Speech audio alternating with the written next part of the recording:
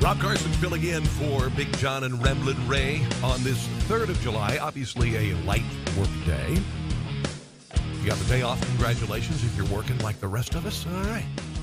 Going to make the next couple of hours a lot of fun. Before I hand over the microphone to Surratt and Marciano. Your calls are welcome, 312-591-8900, 312-591-8900. I put it up on my Facebook page on my Twitter feed. My Guac of Ages video. If you're going to be hanging out with friends tomorrow, it is the best guacamole in the history of mankind. Just go to Facebook at Rob Carson Show and on Twitter at Rob Carson. You will be a hero. You will be a hero tomorrow. Coming up on the show, going to be talking about, you'll be with your family, maybe friends this weekend and tomorrow. Rusty Humphries, nationally syndicated talk show host, brilliant writer, and a good friend. 7 ways to win political debates with your liberal family and friends and keep them as family and friends. So we're going to do that a little bit after 8:30. That's coming up in a few. Little contradictory information over the weekend with regard to violence in the city of Chicago. 45 people shot, 5 killed this weekend, which, geez, wow. What do you do? I mean, after a while, it's like, okay, another weekend, super. That's a shame because it's beginning to fall on deaf ears. Fell on Barack Obama's deaf ears for 8 years. But there was some good news and some bad news. Donald Trump is sending in federal agents to battle gun violence, and this will increase the ability of authorities to trace bullets to weapons.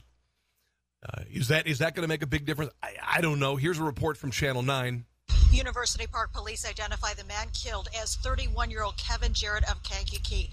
That would be the wrong report. Hold on. Here's the report from Channel 9. Mark, 20 new ATF agents are here in Chicago, permanently assigned to a special task force of 20 others. The team of federal, state, and local lawmen already on the street in Chicago fighting crime. What makes this partnership unique is that we will also have prosecutors from the U.S. Attorney and the Cook County State's Attorney's Office working alongside the police officers and the federal agents. It's stunning. I'd like to thank them for everything. The newly formed Chicago Crime Gun Strike Force is a long-term strategy, police say. A special Bureau of Alcohol, Tobacco, and Firearms mobile crime unit deployed for at least part of the violent summer months in Chicago, perhaps longer, giving ballistics experts and detectives the ability to trace weapons within hours, where before it took days. Mark. Okay. Is this gonna be enough? Is it just a start? I'd say, obviously, it's just a start because there's a long way to go. Deputy Superintendent of the Chicago PD, Kevin Navarro, said in a presser on Friday that shootings are actually down, and, of course, obviously, that would be good news. Looking back at the first 6 months of 2017, although violence remains unacceptable, there are signs of hope and progress. Thanks to our commitment at the beginning of this year to a smarter, data-driven policing strategy, we've seen a 14% reduction in shootings within the city compared to the same time last year. In fact, this past June was the 4th consecutive month where shooting incidents declined. This reduction is largely being driven by our districts equipped with strategic decision support centers, where district-level intelligence, crime analysts... Are you starting to lose me now? ...predictive crime software, and integrated camera networks, along with gunshot detection technology... Okay, I'll take your word for it. Okay, sure. ...are brought together as one tool to help us get several steps ahead of the violent offenders using illegal guns to carry out their heinous acts. Okay, so there you go.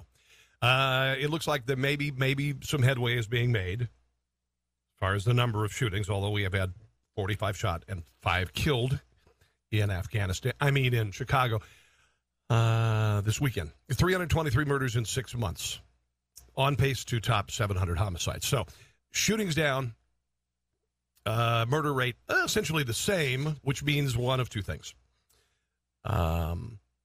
Maybe we're starting to run out of people to kill. And maybe the shooters are getting better at it. One of those things. Is this Chicago gun strike force, which kind of sounds like a show on the Cartoon Network. Chicago crime, gun, strike, task force. You know? Obviously, something needs to be done about it. And then the president is following through on a campaign promise. He said, basically, I'm going to send it to the feds. I'm going to send it in the feds. Chicago, crime, gun, strike, force. I like that. I like the sound of it. We will see if it actually pays off. Oh, just an aside before we get into the big socialist convention. At a very ritzy hotel in Chicago. Oh, man, this is so fantastic. Pot's legal in Vegas. Pot's legal in Vegas, folks. Yay, woo, yeah. They, by the way, had giant lines.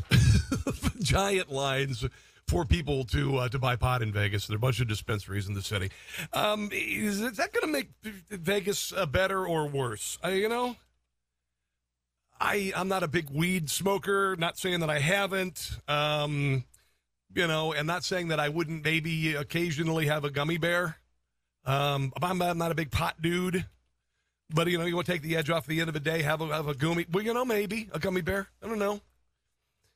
I don't know about. I mean, I've made some horrible mistakes in Vegas under the influence of alcohol. Like for instance, the first night my wife and I were in Vegas a few years ago, I sat down at the only table on the Strip where the card game War is playing. That's it. It's just War. It's you drop a card, dealer drops a card. We had budgeted $300 for the stay. I blew it at the War table. Thank you. But I played pretty well. We had people gathered around the table cheering me on. And then, of course, things went south. There was a local couple in Vegas. They got married at a pot grow house. Mark and Anna Balf Taylor. Dude.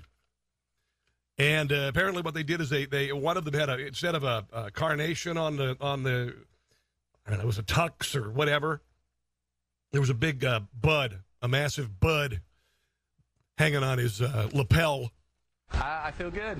Yeah, good. I feel somewhat lost for words. It's about the freedom to have choice on a substance that is harmless if they want. Okay. So is that going to make Vegas more attractive to you? It's doing wonders for Colorado. It's doing wonders for a lot of different places. All right.